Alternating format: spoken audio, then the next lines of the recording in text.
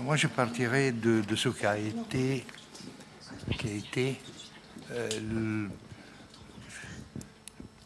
ce qu'on a appelé terrorisme dans l'Europe des années 70. En insistant peut-être sur une modification de la définition même. C'est-à-dire, je pense que c'est qui a été appelé terrorisme, ce qui a été un extrémisme.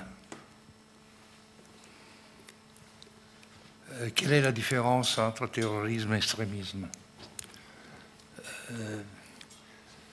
L'extrémisme est une espèce d'extrémisation, justement, de la lutte des classes.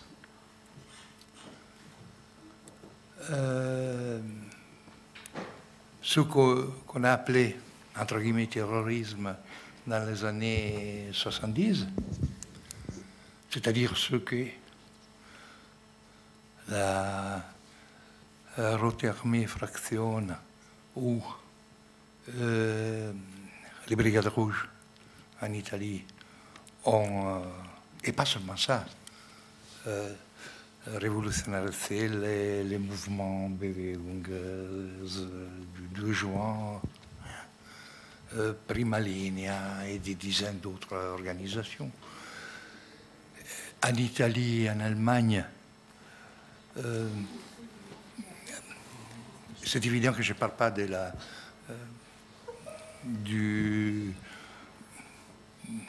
lutte armée telle qu'elle a été faite dans les Pays Basques ou en Irlande. Mais en Europe, après 68, je ne sais pas si on peut appeler terrorisme, en effet, ce qui se passait. C'était fondamentalement un extrémisme prolétaire.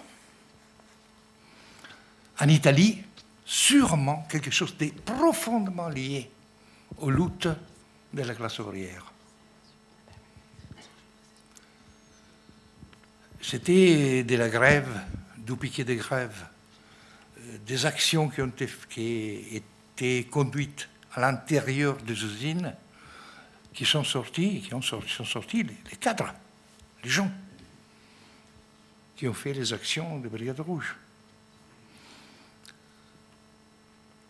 Dans leur majorité, ce n'étaient pas des idéologues ni des militantes qui arrivaient des universités, mais c'était des ouvriers.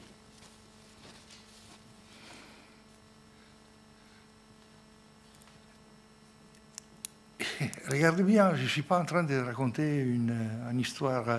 c'était une tragédie. Hein.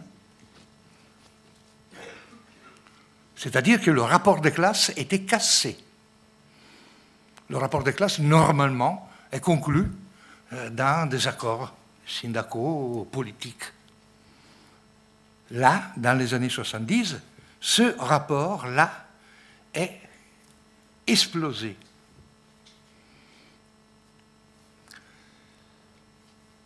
Explosé à l'intérieur de l'usine, avant tout. C'est-à-dire que le sabotage et le fait que le rapport de loyauté avec le commandement sur l'organisation du travail est sauté.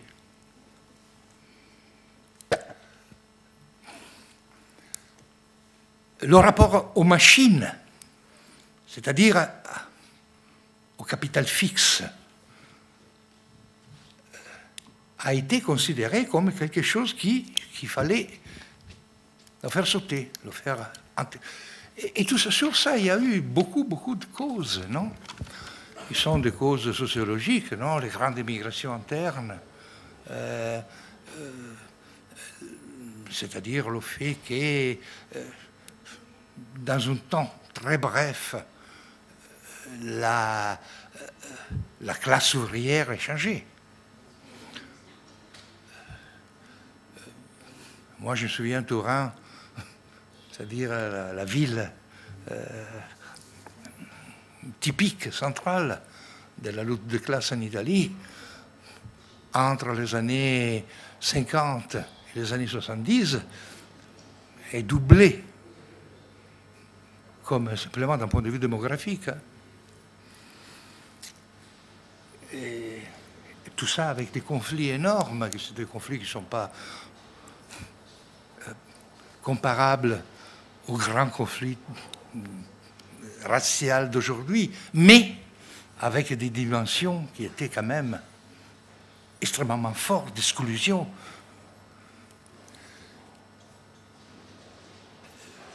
Et après, je pourrais raconter, mais je ne veux pas enlever le temps à la discussion en général, mais c'est pour insister sur ce fait fondamental.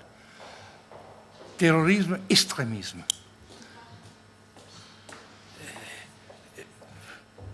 La société capitaliste est gérée par un rapport. C'est un rapport de classe, c'est-à-dire un rapport de commandement et d'obéissance. Enfin, d'un développement, donc d'une distribution des richesses chaque jour plus abondant et avec une certaine égalité. Une égalité absolument différente, mais que ça. Là est sauté ce rapport en Italie dans les années 70. L'extrémisme était une force de résistance qui a touché, qui est née et a résisté à la modification du rapport. Voilà, modification du rapport. Que c'est l'autre chose qui intéresse, je crois, dans une manière fondamentale, beaucoup plus fondamentale qu'en Italie, l'Allemagne. Dans les années 70, la forme de production capitaliste est changée. L'usine a terminé d'être le centre du développement de la société, de la production sociale. L'automatisation des usines, l'informatisation de la société a commencé à ce moment-là.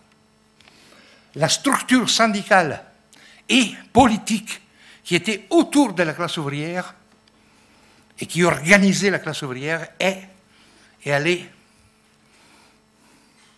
en ruine. Et commençait alors ce qu'aujourd'hui on vit dans une manière tellement forte et terrible. Cette fin de la représentation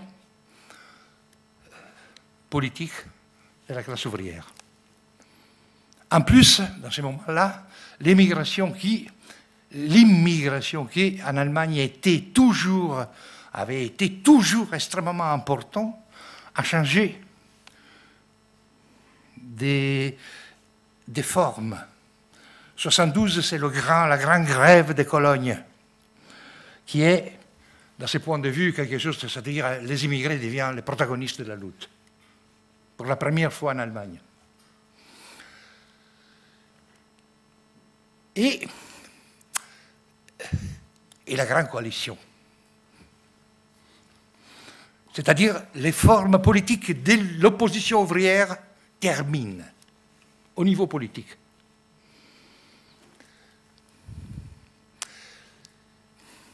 Regardez bien, quand on dit ça, on dit une chose ou une autre, une chose absolument plus profonde selon moi, parce que la représentation c'est une forme comme une autre, hein, c'est pas un fétiche. La représentation peut vivre dans des formes différentes, mais ça c'est le moment dans lequel l'organisation des gauches, c'est-à-dire l'organisation politique de la classe ouvrière, du prolétariat, des pauvres, des exclus, ne comprend pas la transformation sociale. L'extrémisme de la classe ouvrière révoltée correspond à cet défaut de représentation politique, qui est fondamental. extrême et irréversible.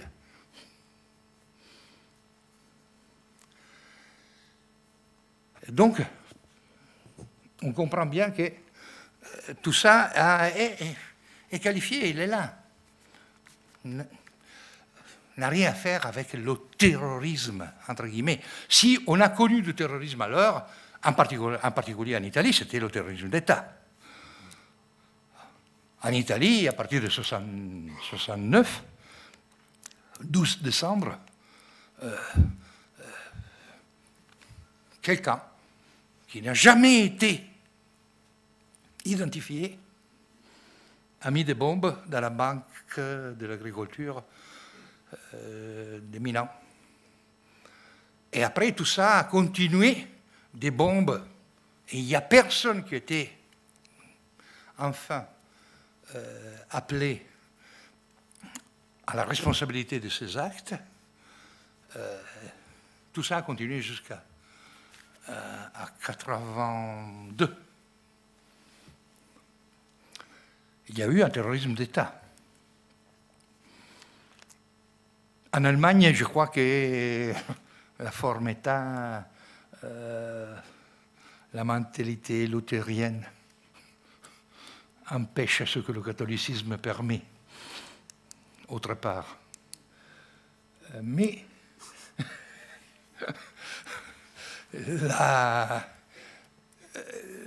c'était évident qu'en Italie, par exemple, tout ça était extrêmement fort. Alors, on doit dire qu'en Italie, par exemple, il y a eu un extrémisme qui était nourri par un terrorisme d'État. En Allemagne, il y a eu, selon moi, un extrémisme qui était nourri par l'anticipation sociale, historique, la force du capital allemand. Et pour la continuité d'une histoire qui n'a pas eu de césure réelle.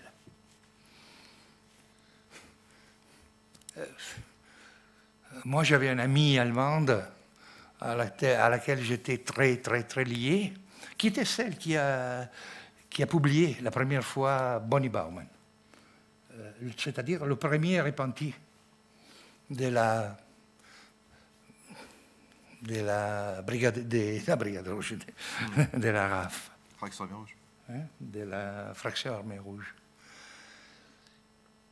Elle, qui avait vécu jusqu'au fond l'expérience allemande, me disait vraiment clairement, ici, le nazisme, on ne veut pas reconnaître que c'était quelque chose d'unanime dans cette société.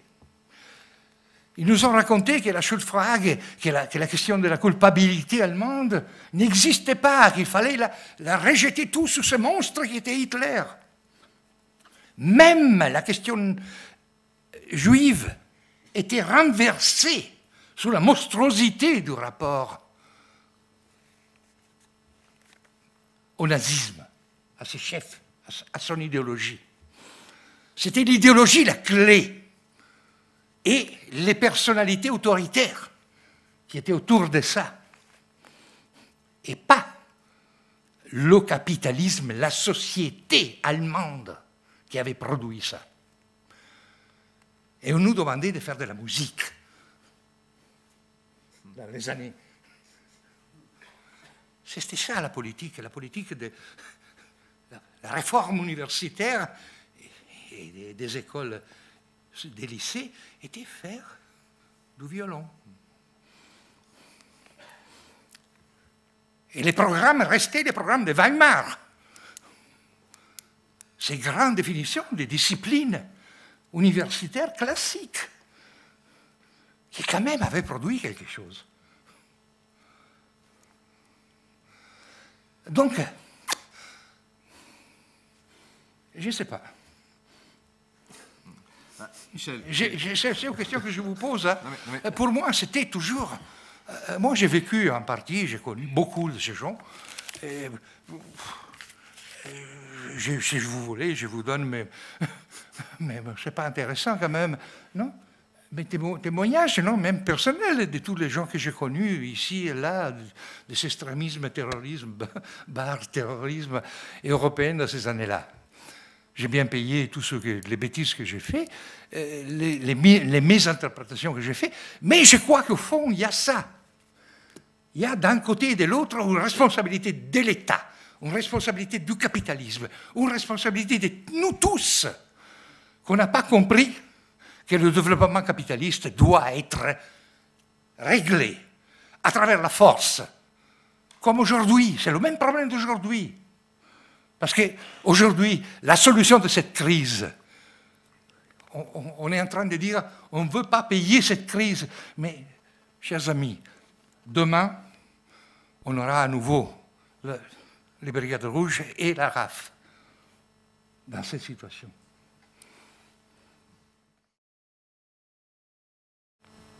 Ce qui va devenir la bande à Bader, enfin le groupe Baader-Meinhof, c'est des gens qui se disent la classe ouvrière allemande, elle est embourgeoisée. Il ne faut pas compter sur elle pour faire la révolution.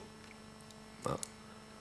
Donc c'est la petite bourgeoisie intellectuelle, pour appeler les choses comme ça, c'est la petite bourgeoisie intellectuelle qui regagne les universités, mais dont une partie importante considère que non, on ne peut pas en rester là, et de toute façon... j'allais dire, l'air est à la révolution. L'air est à la révolution où? Ben, dans le tiers-monde. Toutes ces formes radicales, donc, estiment que si la classe ouvrière s'est embourgeoisée, il n'y a que les forces du tiers-monde qui peuvent encore être actives dans les métropoles impérialistes, donc en l'occurrence en Allemagne, et que le mouvement du 2 juin, la bande à Bader, enfin, etc., enfin, la RAF, la Rote Armee Fraktion, était l'avant-garde des mouvements anti-impérialistes dans le monde.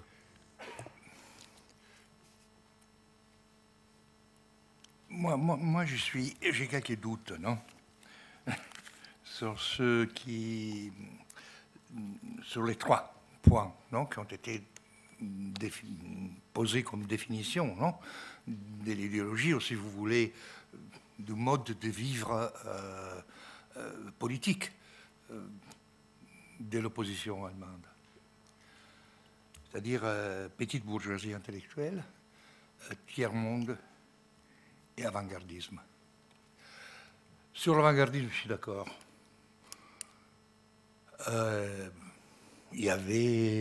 C'est un avant-gardisme assez hybride en réalité, parce que c'est un avant-gardisme léniniste, pas stalinien, léniniste, non? Mais justement, comme l'avant-gardisme léniniste, c'est pas quelque chose de purement politique, il implique une théorie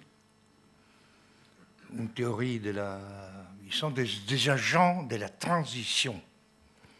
Ils sont des gens qui vivent dans la classe ouvrière. Ce sont des mots peut-être qui n'ont pas de sens, mais ce sont des choses qui font la vie. Le militantisme, c'est comme dire que, je ne sais pas, des prêtres qui sont saints, ils sont seulement des imbéciles. Non, ce n'est pas vrai. Ils transforment la société autour d'eux. Et ça, c'était aussi pour ces militants avant-gardistes du type léniniste. Mais les choses sur lesquelles je ne suis pas d'accord, en réalité, ce sont les 2 autres. C'est-à-dire, je pense qu'ils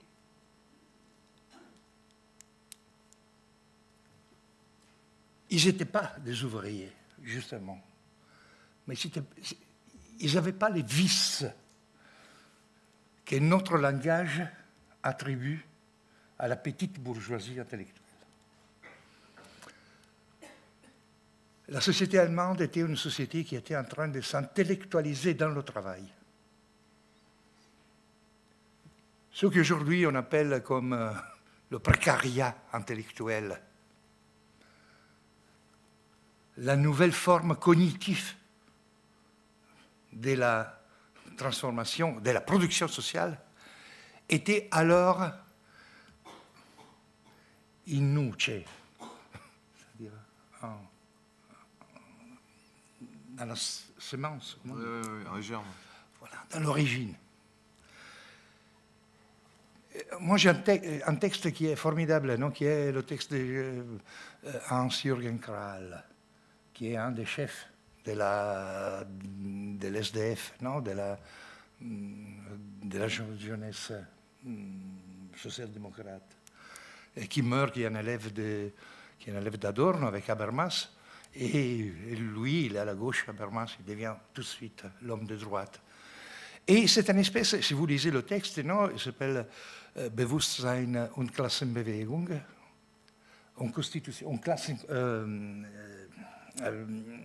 conscience et constitution des classes. Et si vous lisez ce texte, vous vous trouvez dans une... C'est étrange, non? Comme déjà l'Europe était là. C'était Merleau-Ponty. Donc il y avait cette idée qu'il y avait la possibilité de reconstruire le social en dehors du rapport avec le Parti communiste et avec la classe ouvrière, à travers la construction d'une conscience cognitive. Ce n'était pas quelque chose de spirituel, d'idéaliste, comme Merleau-Ponty était accusé par son copain et frère Sartre. C'était justement cette intuition qu'il y avait cette nouvelle possibilité. Et la révolution du tiers-monde était importante, je crois, pas seulement du point de vue de la mythologie, si vous voulez, mais aussi du point de vue de la... Ici, il y avait un peu d'idéalisme, c'est évident, non? De la possibilité de construire le social. C'est-à-dire, la société est faite par les hommes. Les hommes luttent dans cette société, ils construisent leur société. La société qu'eux, ils sont capables de construire à travers le travail, à travers la coopération, à travers la récupération de la pauvreté et la transformation de la pauvreté, à travers le comment qu'on est capable de construire. Et tout ça, on le trouve là-bas. Nous, on est en réalité liés à une espèce de, comme on dit, caractérisation débile de ces gens-là. Moi, j'ai connu, par exemple, très bien Gian Giacomo Feltrinelli, qui était un homme qui a joué un rôle absolument fondamental dans le rapport entre la révolution au tiers-monde et la révolution en Allemagne. Celui qui était tué qui avait tué Che Guevara a été tué avec une arme qui appartenait à Gian Giacomo Feltrinelli en Allemagne. C'est-à-dire que le rapport était vraiment un rapport. Ce n'était pas la vengeance, hein. C'était justice dans ce cas.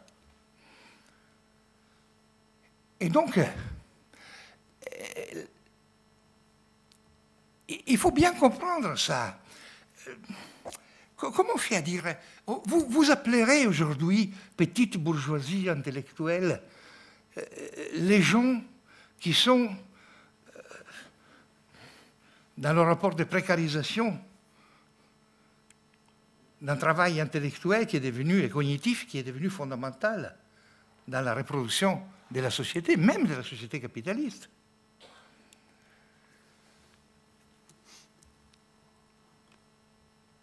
Bader était un plébéien. Mais c'était, comme toujours, la plèbe, surtout si on est allemande. Si on est allemand, on doit la considérer vulgus plebe.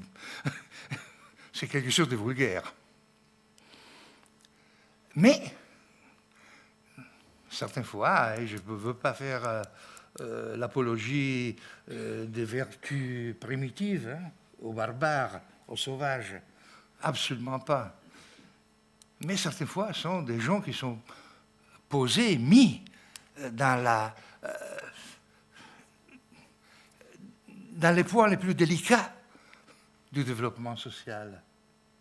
Et leur crise peut devenir caractéristique, typique. Prenez-la comment un. Teufel, Bonnie Bauman et tout ça. J'ai lu le texte quand même, jusqu'au fond. Et ils étaient des gens qui avaient une capacité de représentation absolument formidable. Des représentations de cette révolte prolétaire, dirais-je, qui est dans l'histoire allemande. Anabaptiste. La révolution des paysans. Le premier Goethe. Goethe, non? Goethe. Ouais, Von Berlin. Non, je ne sais pas, mais, non, mais... Je vois ça comme quelque chose qui est... Et ce rapport au tiers-monde, comme vraiment se fonde... Écoutez, moi, je déteste le tiers-monde. Je l'ai toujours détesté. Je suis un ouvriériste occidental et européenne. OK? Mais je peux comprendre ces choses formidables, non? Ces fonds élastiques qui poussent en avant quand on pense à la pauvreté, à cette pauvreté énorme. Tout le post-colonialisme, non? Maintenant, non, dans la culture contemporaine, non, de tous les mouvements de gauche, nous apprend, non, quelle a été l'importance du tiers-monde. Et aujourd'hui, dans la construction conceptuelle même, que nous, on peut avoir un avenir quelconque. Donc, en Allemagne, je pense que l'Allemagne, c'est un grand pays, et un grand pays qui avait produit, à la fin des années 60, une reconstruction incroyable, sans critique antérieure, et avec une faiblesse politique qui était là, fondamentale, de ce point de vue, Nolte et les révisionnistes historiques ont parfaitement raison, non? L'Allemagne était un pôle d'une lutte des classes qui a été bloquée là. Voilà. Dans cette situation, la seule possibilité de casser ce monde absurde, et dans lequel, en plus, il faut ajouter, avant j'ai parlé de la musique, mais je ne sais pas, mais il faut penser que le grand philosophe était Heidegger déjà, qui avait une sociologie qui n'a pas été au-delà de Max Weber, qui avait une anthropologie encore liée à Gehlen.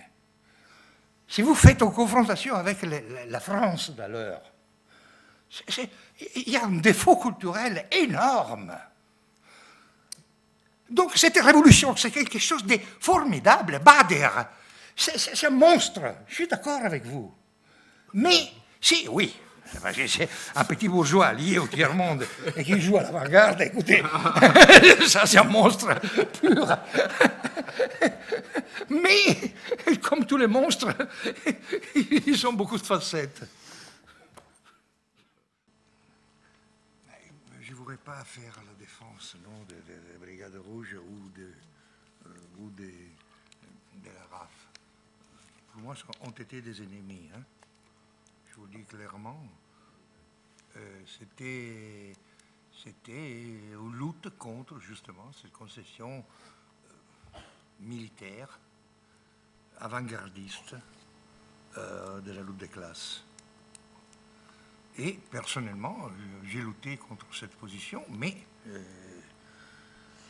je ne voudrais pas enlever non, à l'aventure des Brigades Rouges et de la... Ce ne sont pas des choses qu'on peut répéter, non? Donc il n'y a pas l'apologie comme crime. Il n'y a pas d'apologie, mais je voudrais comprendre mieux ce que ça a été ça. Parce que justement, je suis complètement d'accord avec vous quand vous dites que ils étaient détachés, enfin, non? C'était en réalité. Mais il faut bien comprendre parce que la réalité n'est pas compacte, elle n'est pas là, elle n'est pas bloquée, non? La réalité a des différents niveaux et surtout les dynamiques. Quand vous dites, par exemple, ils avaient un rapport à la communication extrêmement... Bon, c'est un élément de modernité extrêmement fort. Je ne veux pas faire l'exemple de Berlusconi, non, qui est un véritable terroriste, en utilisant la communication comme elle l'utilise, non? Mais c'était évident, non, que, par exemple, l'exploit exemplaire, on ne peut pas le réduire aujourd'hui. Et déjà, je pense, au moment de la RAF des Brigades Rouges, simplement au geste anarchiste. C'était normalement des choses, par exemple, la campagne contre les journalistes en Allemagne et en Italie, a été quelque chose qui identifiait un véritable problème, c'est-à-dire la naissance d'une quatrième force institutionnelle. Après l'administration, le gouvernement et le Parlement et la représentation, il y avait l'opinion publique organisée, qui est encore, non, au-delà des expériences qui ont été faites par décret des autorités, c'est devenu quelque chose de central, non, dans notre vie. Et qui est quelque chose qui n'a rien à faire avec la démocratie, non? C'était évident que, par exemple, c'est pour ça, c'était un point que ce mouvement a posé au centre de sa polémique contre l'État. Et ils n'avaient pas un programme, c'est vrai. Mais ils ne voulaient pas. Hein. Et d'autre part, qui a un programme dans un mouvement révolutionnaire? Personne, jamais eu un programme. Le programme naît dans le mouvement. On ne peut pas reprocher aux gens de 68 d'avoir pas eu un programme. Le programme, c'était celui de renverser, peut-être dans une manière trop dialectique, sur ça je suis complètement d'accord avec vous, c'est-à-dire, ils voyaient cette société qui était en train de se transformer, avec des nouveaux pouvoirs, avec des nouvelles formes du travail, avec tout cet américanisme qui n'était pas un vice. C'était la forme, c'était l'avenir de notre société. Et, ils étaient contraires à ça, justement, parce que c'était aussi l'avenir de l'exploitation. Ils avaient compris le fait que de l'usine à la société, l'exploitation s'élargissait, non? C'était plus que le mur de l'usine était tombé et que l'exploitation était sociale. Américanisme, ça signifie ça. Hein? Donc, blanquiste, si, c'est vrai. Il y avait cet aspect blanquiste insurrectionnel. Mais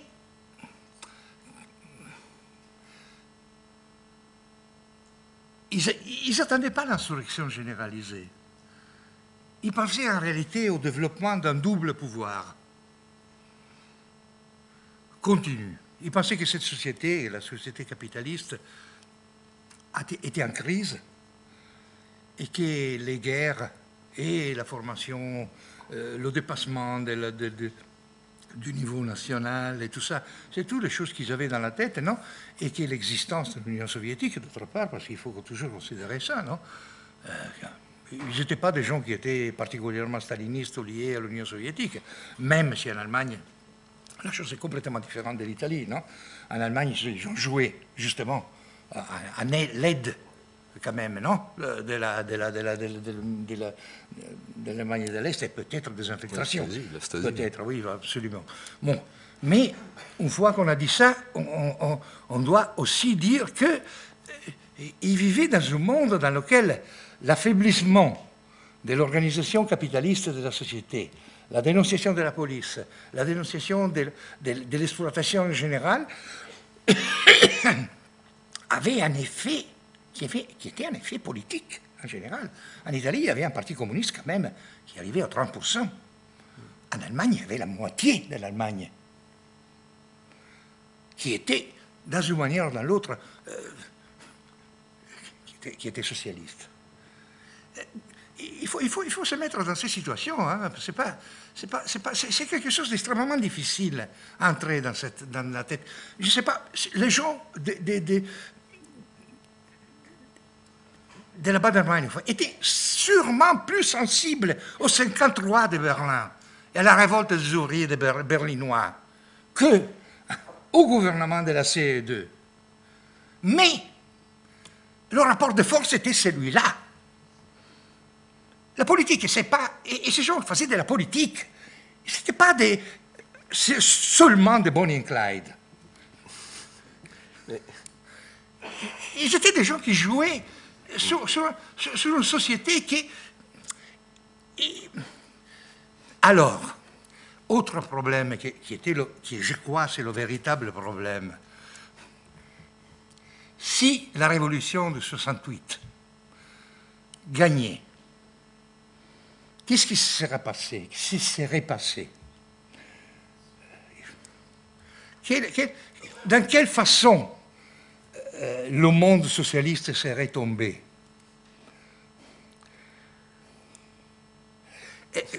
Par exemple, en Italie, Parti communiste, le programme Parti communiste d'Occident, aujourd'hui il n'existe plus. Ils ne sont même pas des social-démocrates, je ne sais pas, ils sont Ségolène Royal, ils ne sont pas Monroy et là, comment s'appelle, la fille de Lille, Aubry. Ils sont blériens. OK? Voilà. Tout ça, donc, c'est passé combien? 30 ans? Même pas.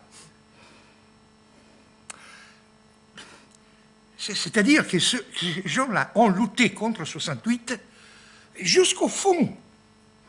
Ils ont vu en 68 la ruine du socialisme.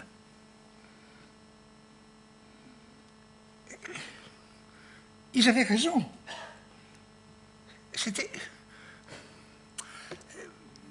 Et alors, comment on fait à dire simplement que ces gens qui ont lutté, qui ont perdu la vie, qui ont fait des désastres aussi. Ils ne sont pas caricaturales.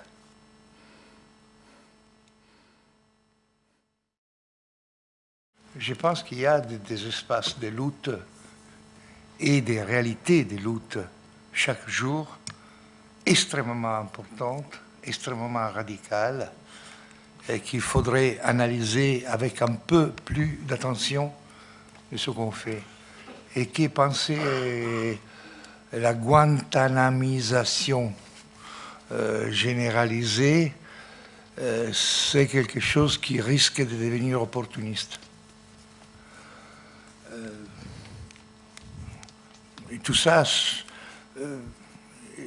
ne pense pas qu'il faut être radicaux et révolutionnaire aujourd'hui doit passer pour voir du fait de voir partout. Il y a des formes de vie qui sont en train de changer, mais qui sont encore libres, radicalement libres. Et il y a aussi l'affaire Tarnac, un coup de folie, parce qu'on ne peut pas l'appeler autrement, non? Mais tout ça, c'est pas... Je ne vois pas un rapport entre Tarnac, les minorités agissant, le situationnisme et tout ça. C'est un épisode un peu ridicule dans la vie de l'État français. L'État français est assez ridicule souvent. Beaucoup plus que l'État allemand, hein? Beaucoup plus sérieux, non? Et donc, l'affaire Tarnac, c'est quelque chose d'horrible, non, de tous les points de vue. Mais faire de l'affaire Tarnac un exemple de la société française, de la liberté en France aujourd'hui, c'est aussi ridicule.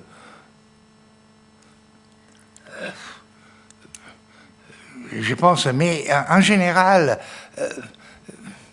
les minorités plus ou moins visibles, plus ou moins invisibles, ne sont pas ceux qui transforment la société. Il y a aussi des minorités visibles, invisibles, qui transforment la société, non? Mais ce sont les grands rapports sociaux, non? Qu'il faut analyser chaque fois. Aujourd'hui, je ne sais pas pourquoi on a tellement d'attention à Tarnac, quand il y a une crise, 8 semaines de grève à l'université, des manifs, des millions de personnes. C'est évident que des espaces de lutte existent, non? Il existe des espaces de lutte qui s'appellent grève, qui s'appellent innovation sociale continue. Il y a des phénomènes qui sont même des phénomènes politiques d'autres densités de signification. Par exemple, en Italie, maintenant, il y a un mouvement universitaire qui s'appelle l'Onda, la vague, et qui est un mouvement qui essaye de déterminer, de proposer à l'intérieur de l'université l'auto-formation continue, en dehors des disciplines préconstituées, donc de créer de nouvelles institutions politiques et du savoir. Il y a une transformation profonde dans les régimes de salaire. La poussée extrêmement forte vers le revenu garanti. Donc la reconnaissance politique des mouvements de masse de plus en plus larges, qui est la production sociale. Donc la situation est en train de se définir. La situation est en train de se définir dans une manière post-industrielle. Donc le problème théorique et politique aujourd'hui, c'est peut-être, de mon point de vue, qui est un point de vue tout à fait partiel, est celui d'analyser qu'est-ce que c'est la lutte de classe, parce que je crois encore que la lutte de classe est la clé du développement historique. Et ce n'est pas moi que je l'ai inventé, l'a invité Guizot, non? Et les grands réactionnaires après la Révolution française. Mais je pense que la lutte de classe est encore l'élément fondamental dans le développement historique. Donc il faut analyser la lutte de classe dans une situation dans laquelle la classe ouvrière n'est plus celle-là, n'est plus la classe ouvrière industrielle. Ce sont les gens qui travaillent dans la société. Donc, comment on fait à recomposer ça dans une force politique?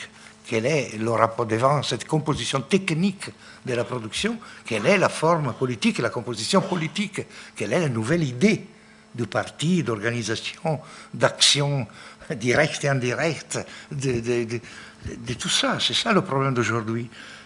Et je pense que les minorités peuvent être extrêmement utiles sur cette scène.